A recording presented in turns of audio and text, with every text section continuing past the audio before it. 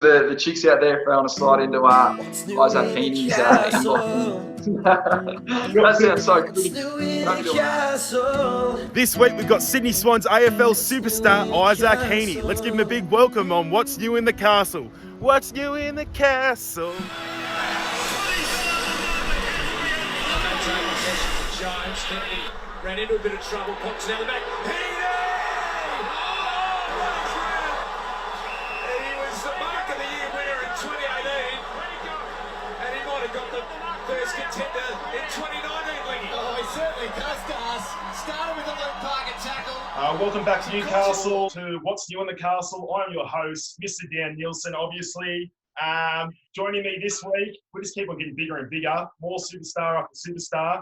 We have a AFL Sydney Swans blonde bombshell, absolute superstar, Isaac Heaney. Thanks for joining us, Isaac. Not a problem. Excited to have a little chat with you. Yeah, I'm absolutely stoked to have you on the show. You might not know this, actually. I sent you a message earlier. We've actually known each other for longer than what we actually thought. So obviously I went to TAFE in Maitland with your older brother, Bo. So we did carpentry TAFE together, which is my claim to fame of knowing you. And apparently, I found out a couple of years ago while going to TAFE with Bo that our mums knew each other from playgroup originally. So, and your mum's name's Michelle, is it?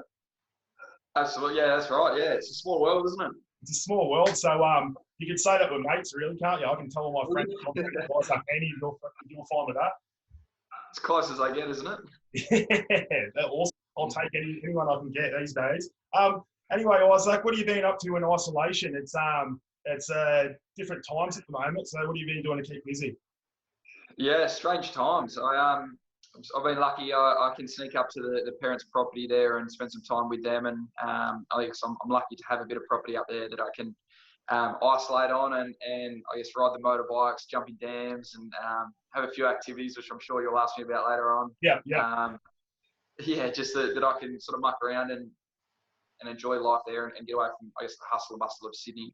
But I'm back in Sydney at the moment and I'm going to knuckle down on some training and hopefully we can start up reasonably soon. Yeah, well, have you heard any rumours of a start-up date, etc.? I know the NRL, they've been told May the 4th they can go back to start training, and then May 28th the goal for the moon landing, if you can say, to start kicking off and playing some footy again. What have you heard from the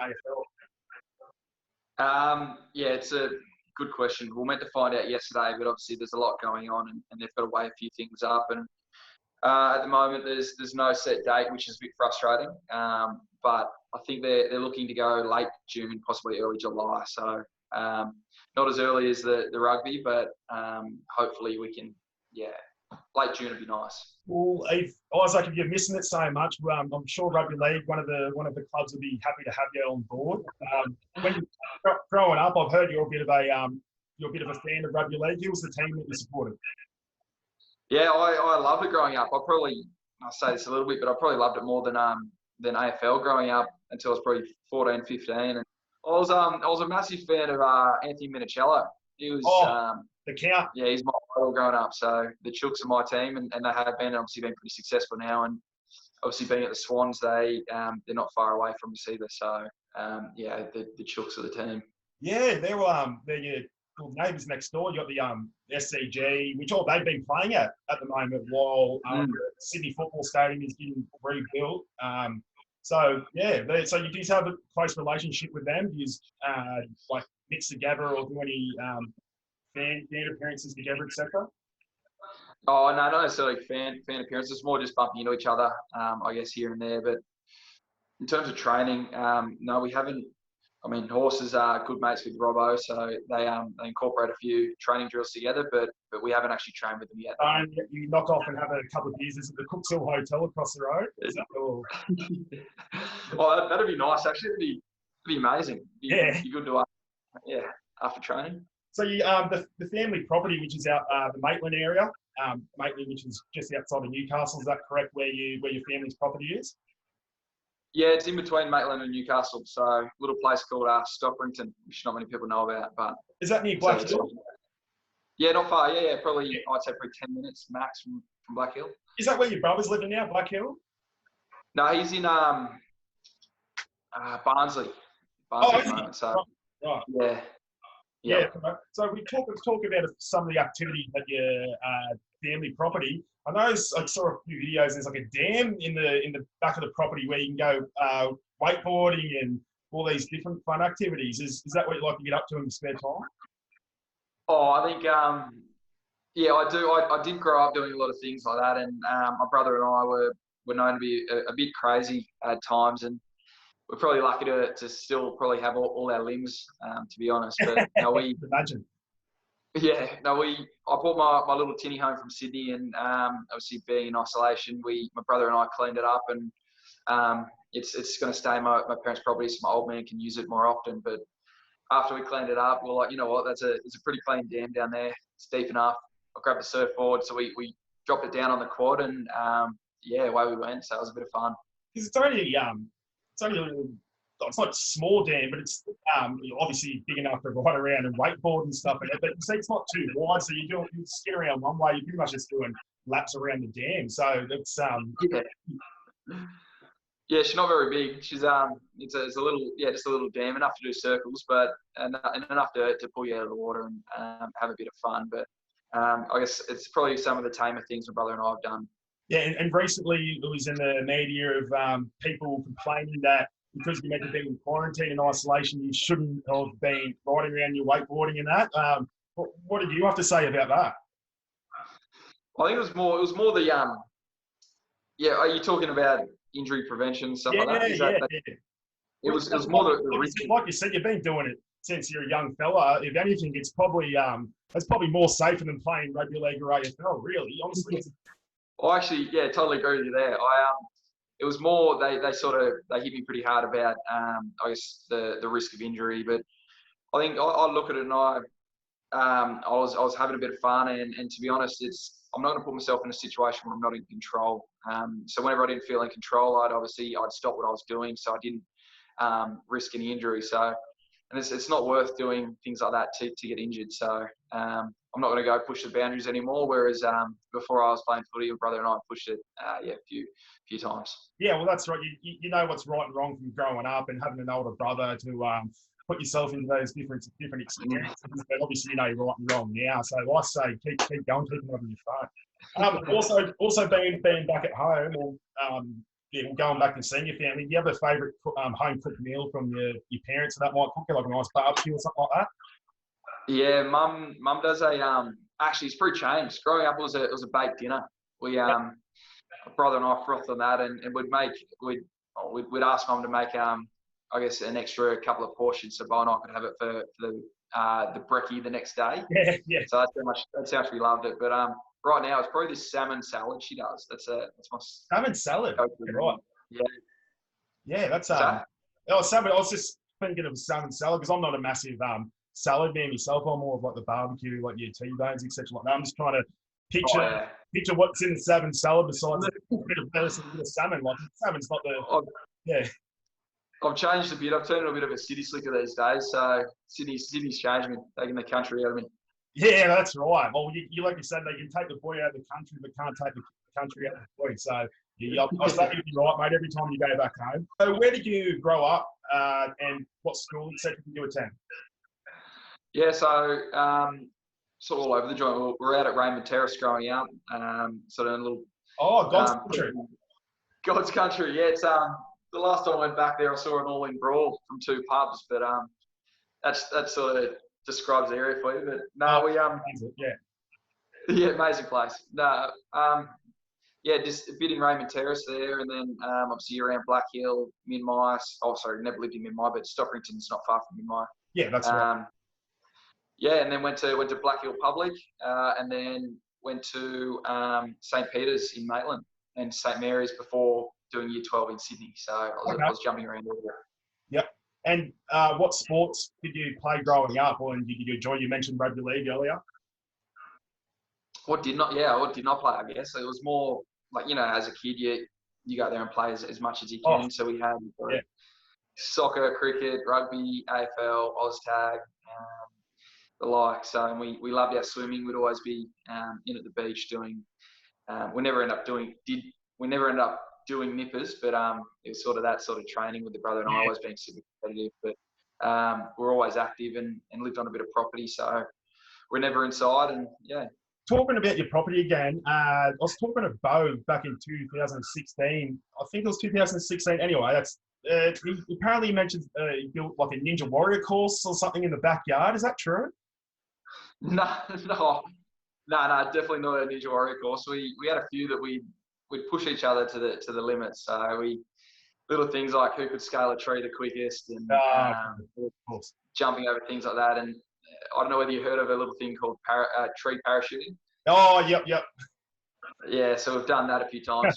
That came to a halt when my brother, Bo, climbed up a tree with my uncle actually, and it was a long way up, and they sort of it snapped, didn't even bend, didn't parachute down for him. It just snapped, and they landed both of them on their back, and it did a bit of damage. So after that, we eased up a bit.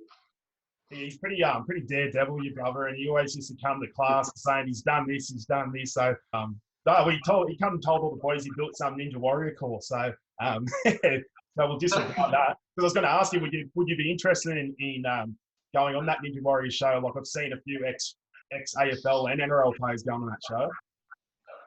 Yeah, I'd love to. I reckon it'd be good fun. It'd be really good fun. I love that sort of bodyweight sort of stuff. So I think I might be able to do it right, but I'd love to. Yeah. So if you want to come build a course at home, more than welcome. Yeah, that's right. Yeah, we might start a little movement, #Heaney for Ninja Warrior. So we'll get that trending on all the social media platforms and see what we can get up to.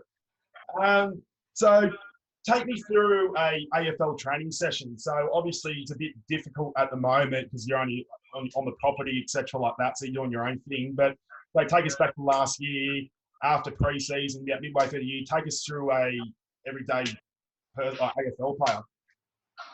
Do you say pre-season or in-season? Well, maybe a bit of both. Go a pre-season session because we want to hear all the heartbreak and all the whinging and carrying on, and then we'll go to just average training session.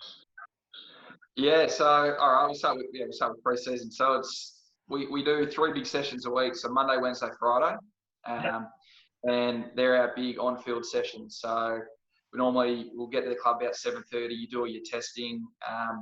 So it's really just stretches and just a bit of prehab stuff to make sure your body's feeling right to perform at a high level throughout training, and then get strapped and go there and train.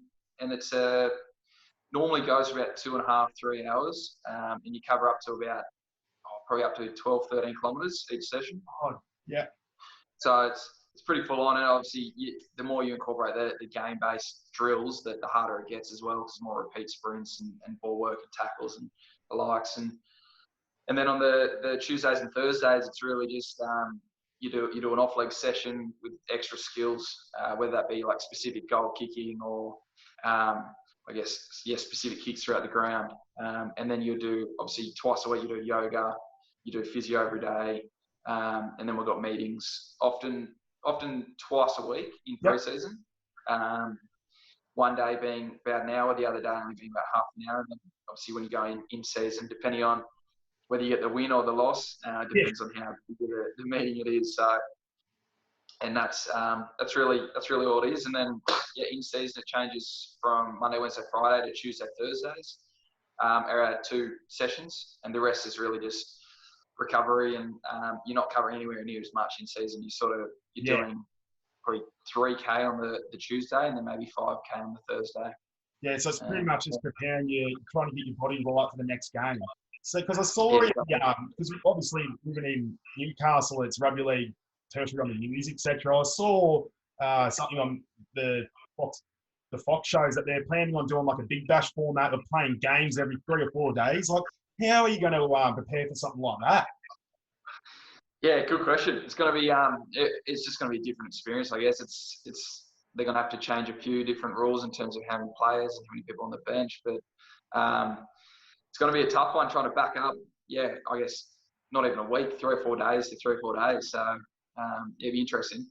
Well, like obviously in the Swans, he's got a very young squad. Then you got your older blokes like your Buddy Franklins and that. They're going to who are pushing into their 30s now. Surely they wouldn't be able to sustain 3 or 4 days in between. No, you're not wrong. I think it's all about the better teams will manage the players the best. I believe it's going to be probably a matter of reducing like players like Buddy's minutes really just to get through multiple games throughout a week, and then when you get that extra day rest, it's like literally Bud sit down and rest for that 4 or 5 days, do nothing, and then just come play. So it's about body management really. It's gonna be tough though. I don't know. Yeah. Don't know. Well, talking of other teammates, is there one player in particular that you would hate to be in isolation with for numerous weeks? Oh, there's a few that just don't shut up, but I reckon Dane Rampy. Yeah. He because he never showers. That's probably one. Yeah, he doesn't shower, right? Nah, but he's pretty switched on, and he loves his theory. Same as Cal Sinclair. They both can talk underwater. Both love. Yeah, right. Yeah, because like I said, that'd probably be interesting for a couple of hours. Then after they start raving on after a day or two, you'd want to tie yourself in a room and lock yourself in there. Absolutely. Yeah. Talking about your training drills, etc., like that. How do you prepare for those marks and that you do? So when you want to say the marks for the people who don't know, how you're leaping your body in the air, buddy, 6 feet off the ground, and then catching that ball and landing on your head or wherever you land. Like, how do you prepare for that? I was noticing 2018, you got Mark of the Year. You were a nominee last year for Mark of the Year, and then you've only played one game in 2020, and you already got like Mark of the Week, one round. How do you prepare for that? Oh, it's hard. I think it's just going up with confidence. To be honest, you don't train for it really. Sort of, people ask me when I won the Mark of the Year in 2018, like, what did it feel like? And to be honest, I only remember hitting the ground. Like it was sort of, you go off instinct. You leap for it, you go with confidence, and then you just hope that you don't land on your head, which I've done a couple of times. So that's not enjoyable. But I think it's just going with confidence and just going off instinct. Yeah. And being 24 this year. Yeah, in a few days actually. Yeah. Oh, a few days. Well, happy birthday! I'll get in early. Like I said, I'm one of your good mates now, so happy birthday.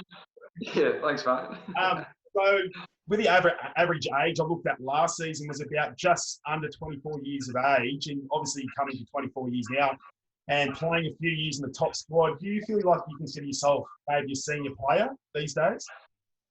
It's funny, yeah. It does feel a bit like that with having such a young squad. We've got one extreme to the other, so we've got those players towards the 30, and then we've got a lot of players towards the sort of 20 to like you said, 24 years old. Yeah. And I'm lucky to have played actually over 100 games, so I feel like I'm more one of the more experienced out there, which is weird considering I am only 24. But yeah, I think it's that leadership role that you sort of got to pick up, and knowing that we have a really, really talented squad. Our young fellas, we've got some serious talent there. So if we can stick together and just really get them to drive, I guess, for success without being too cliche, I think we can do something pretty special soon. Yeah. And you wear the number 5. I know in rugby league, each number represents a position. Why the number 5 in AFL? I just grew up loving it. When I got into AFL, I love Ryan O'Keefe. And, one of the great. Pebs, yeah. So I loved him growing up, and I'm born on the 5th of the 5th. So everything with me revolved around 5, and I was lucky that my first year was the year after he retired, so I could slip straight into 5. Yeah, right. So it wasn't any rugby league player that wore the number 5 that's why you got impressed with it. It was Steve O'Keefe. So right. No, I would have had number 1 if I could rugby league position. Speaking of your junior club, do you want to give them a shout out? Yeah, Cardiff Hawks. They were amazing for me. I guess they were like a second family sort of thing, and they're still extremely supportive. It's funny, you go down and you're running around doing a warm up lap before the game, and obviously not at the moment with ISO, but you'd run past the boundary and you'd have a squad of 20 Hawks players just screaming at me, and to go over and give them a bid, and they've been amazing, extremely supportive. So. The Hawkies they're incredible. Like the Newcastle competition, obviously being more of a rugby league city, do you feel like it's the the AFL league in Newcastle's strong competition, and do you feel like any juniors coming through could push on and make it to the big league?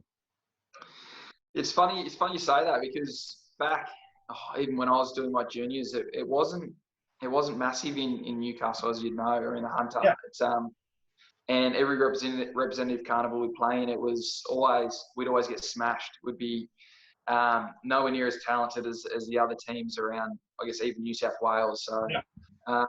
But these days, it's incredible to see because the amount of, I guess, people being introduced to AFL, whether it be women and males, like it's female and males, it's incredible because it's growing hugely in New South Wales and in Hunter. Yeah. Yeah, massively. Yeah, and it's probably good to see, and it's probably credit to players like yourself, Isaac, that have been around in the game for so long, and it's show these young players that even though it's a rugby league tertiary state, that it is possible to go on and play the big league. Absolutely, yeah. Hopefully, I can inspire a few more to come and possibly play with a few as well. That'd be nice. Yeah, awesome. Just a couple more questions for you, Isaac. Do you have any other hobbies outside of AFL when it's the off season, etc., like that, like going out and enjoying a beer? I noticed a couple of years ago, I think I saw you down at the Melbourne Cup in the spring carnival for the racing. So you're a fan of your horse racing in that, like yourself? Oh, I wouldn't say I'm a big punter at all. I don't often punt, but I do love the festivals like that, and I do love the sneaky beer every now and then. So if I can get out and catch up with a few mates and get on the beers, it's nice. But I think the hobbies outside of footies, I guess it depends on how my body's feeling at the time. I think my number one priority would be surfing. But obviously when you're sore throughout the week, or you've got a few niggles, you simply can't surf because you don't want to push your body too far. And, so then if that happens, I'll go for a fish. And if there's no swell, I'll go for either a fish or a spearfish. So I'm into that at the moment and loving it. God, you're a man of many trades. So a lot of people have been inboxing me, especially males around my age. Actually, they want to know if you have a girlfriend or a partner. I actually just broke up with my misso. Right. Unfortunately, yeah, sorry to hear. Just over a month ago. Okay, so you. Was that? I'm sorry to hear, but you're on the market now. Well, yeah, I'm on the market at the moment. I am, yeah, absolutely. So there you go, boys. Yeah, no, it was for the better though. Boys and girls out there, I was saying, boys and girls out there who are listening. Isaac's on the market, so just slide into your DM if you want to give your Instagram handle a shout out. My Instagram handle. Yeah, so a few boys and girls can go and slide into your inbox. Yeah, so the chicks out there, if they want to slide into Isaac Heaney's inbox. That sounds so cringe. Don't be doing that. For the ones that you don't want, mate, just send them into my inbox. I'm happy to talk to them. I'll take right there. Send them your way. Yeah, send them my way. You're talking about you enjoying a beer. What's your go-to beer? Oh, good question. Probably at the moment. If you want to say cruisers, that's fine. We all love cruisers. Nah, that's not even. You can't even classify that as a beer, can you? That's not even it. It's the yeah. No, have you heard of Jetty Road in Melbourne? No, is that like a craft beer? Is it? Yeah, it's a craft beer. Yeah, so they it's a little pub brewery down in Melbourne. They do this craft beer, so I'm into that at the moment. And It's also a company I've invested in. They own it, so give them a little pump up. Yeah, righto. Yeah, but it was to go for anything. I think probably Carlton's. I reckon. Yep. Carlton's or a Corona. Yeah, righto. Pretty simple. Yeah, yourself? I don't mind a Tooheys New, but because I'm getting a bit old, I'm 24 now, turning 25. I can't handle the full strength. I can't handle the full strength beers as much, so I don't mind a Stone and Wood. And also there's I don't know if you know Danny Kemp, who runs Bloke in a Bar, the podcast. Yeah. What's that like? Oh, that's honestly a great drop of beer.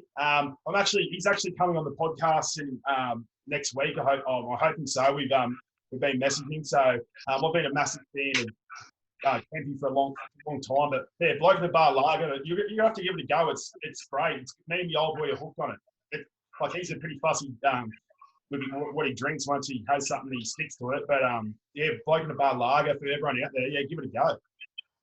Absolutely, I'll jump on board. Yeah, What's on your Spotify playlist on game day? Spotify. Tell you what, I'm into Joyner Lucas at the moment. Yeah, right. He's I reckon he's a guru. His last album, ADHD's, yeah, it's epic. So I'm frothing all over that at the moment. But I'm a bit like, I think Jaden was on last week. I'm a bit like him. I'll listen to anything. Yeah, absolutely anything. Yeah, he loved it. Joyner Lucas is number one. Jaden loved his Jaden Paley loved his Eminem and his break, etc. like that. I love mine Eminem as well, actually. I'm more of a Matchbox 20, Rob Thomas kind of, Pete Murray, yeah? Jack Johnson. Yeah, I'm a bit more slow and like to chill out. And as a big ugly front rower, when I get on the field, I tend to be a bit of an aggressive man. So I like to chill out and just save the adrenaline a bit. Just calm yourself a little bit. Yeah, that's it. Last one, Isaac. What's your top predictions for yourself and the Swans in 2020? Oh, gee. Well, we've got to get back on the park. I don't know. It's a good question. I don't even know if we'll play another game this year. Yeah. So, what do you reckon? I'm an outsider. As an outsider, like I said, I'm not a diehard AFL fan. I watch the Swans each week. We do have a young squad, but I'm confident with in the boys in the squad that will actually go out there and put some best performances in. So I know a lot of people in the media game, like your Eddie McGuire's and etc. like that, they're predicting us to not make the top 8. But I reckon stuff what they think. Good young squad, keep fit, and I reckon we'll go all right. No, I totally agree. I reckon absolutely we will. Like you said, if we can keep fit, injury free, and put in some pretty good performances, we'll do all right this year. Absolutely. Any team that's got Buddy Franklin, the GOAT in the team, you got to take him seriously. You can't take him lightly. He can change the game to himself, can't he? Oh, he can. And his missus is absolutely outstanding looking as well. She's You're going to slide into those DMs, are you? Oh, if it wasn't Buddy, I'd be in there straight away. But a bit of respect for the GOAT, so I'll let that one slide. Yeah, fair enough. Anyway, Isaac, I appreciate you coming on the show. I'd love to have another chat with you another day, maybe when isolation finishes up and we could catch up, record a proper podcast or have a beer or something like that. But thanks for coming on the show, Isaac. No, too easy. Thanks for having us. A beer down the track sounds good. Yeah, outstanding. Yeah, bloke in a bar lager. I'll see if Kempy can sort us out with something. Throw us a couple of cases. That'd be right. right. Yeah, that'd be outstanding. Righto, Newcastle. That was what's new in the castle this week. Like, share, subscribe, whatever you want. Thanks for having me. What's new in the castle? What's new in the castle? What's new in the castle? Settle everything down for the Swans. He's got some wow factor.